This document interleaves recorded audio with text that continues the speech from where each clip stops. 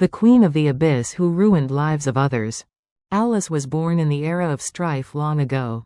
As an illegitimate daughter, she suffered humiliation since she was a child, bewitched by the demons. Alice provoked disputes within the family, eventually taking control of the entire family and leading all of its members to betray the Lord of Light. But their betrayal triggered a divine punishment and turned them into blood demons. As a result, Alice led them to join the abyss, and they had fought for the darkness ever since.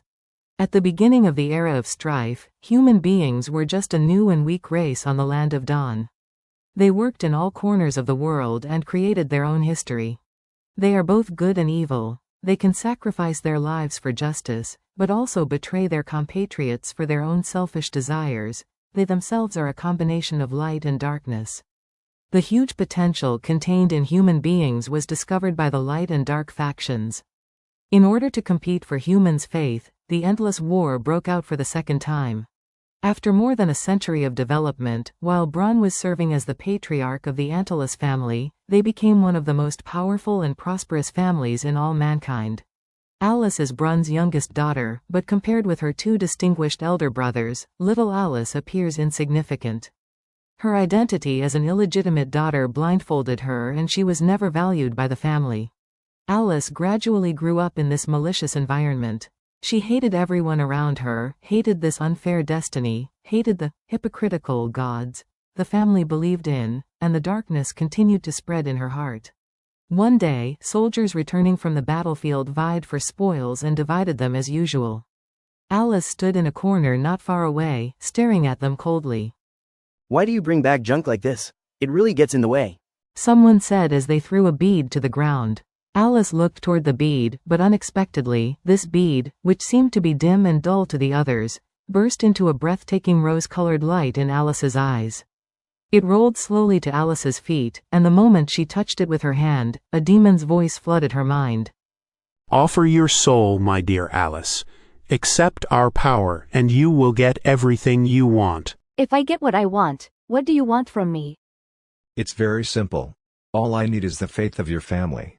Abandon the King of Light and plunge into the embrace of the abyss. Faith was not a big issue for Alice, but she remembered the vow that she would utter every time she offered a sacrifice. The never-extinguishing holy light will punish all betrayers. No one knew what the punishment was. Just as Alice was hesitating, Alice's brother Simon found her in the corner. He came to Alice and pushed her down fiercely, saying, "It's you, you superfluous person. What are you doing here?" Seeing that Alice was not going to answer, he snatched the bead she was holding tightly in her hand. Alice tried to snatch it back, but he kicked her into the air.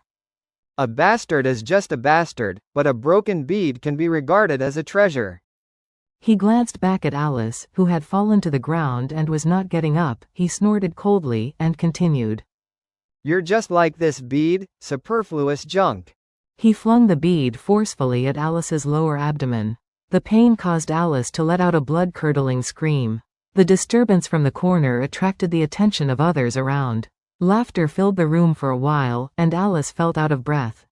When the crowd dispersed, all the built-up humiliation and frustration broke out at this moment.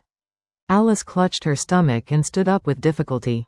She said to the demon, If I succeed, will you give me enough power to take all lives? Of course, my dear Alice. Okay, then I promise you. That's more like it. Ha ha ha ha. A scorching energy burned a black mark on the back of Alice's hand, and then disappeared. She put away the bead and left quietly. Brun was old, but the heir of the Antilus family was not yet elected. Of his two sons, the younger Simon was the one he favored, much to the chagrin of his eldest son Colin. Alice knew that this was her best way in. Alice secretly provoked animosity between the two brothers, and used this to divide all the tribesmen into two parties who kept fighting. During this time, Alice always stayed by Brun's side, playing the role of a good daughter while at the same time hinting to Brun in a roundabout way that his two sons wanted to kill him and take his place as tribal patriarch. Without too much effort from Alice, the ridiculous family bond between a father and his two sons was torn to pieces in a power struggle. As the gap between them deepened, a tragedy finally befell them. Colin hatched a plot that killed Simon, and Brun executed Colin under the bewitching influence of Alice. After Colin's death, Brun fell ill, and Alice assumed the responsibility of the patriarch. At this time, the family was ruined, and all the allies who had been following them betrayed them one by one. On the one hand, Alice took care of Brun, and on the other hand, she used a strong hand to cheer up the family and gained the support and trust of the tribe. Seeing the time was right, she quietly killed Brun by poisoning him. At the funeral, those of the Antilus family realized that the family had fought for the light for generations, but the light had never blessed them. Nowadays, allies left one after the other, not caring one bit for the friendships of the past. They felt angry but helpless about this. Incited by Alice, the tribesmen came to the altar, threw the holy objects to the ground in a rage, and gave feedback to the King of Light using their own actions. At the moment when the sacred object was destroyed, a dazzling light fell from the sky above the altar, piercing into the bodies of all the tribespeople including Alice. As they wailed, pitch-black wings mixed with blood broke out of their bodies, and sharp fangs grew out of their mouths. This was the punishment mentioned in the oath, the curse that will never be eliminated. From then on, they became monsters who would never see the sun again. They could only survive relying on the blood of other races.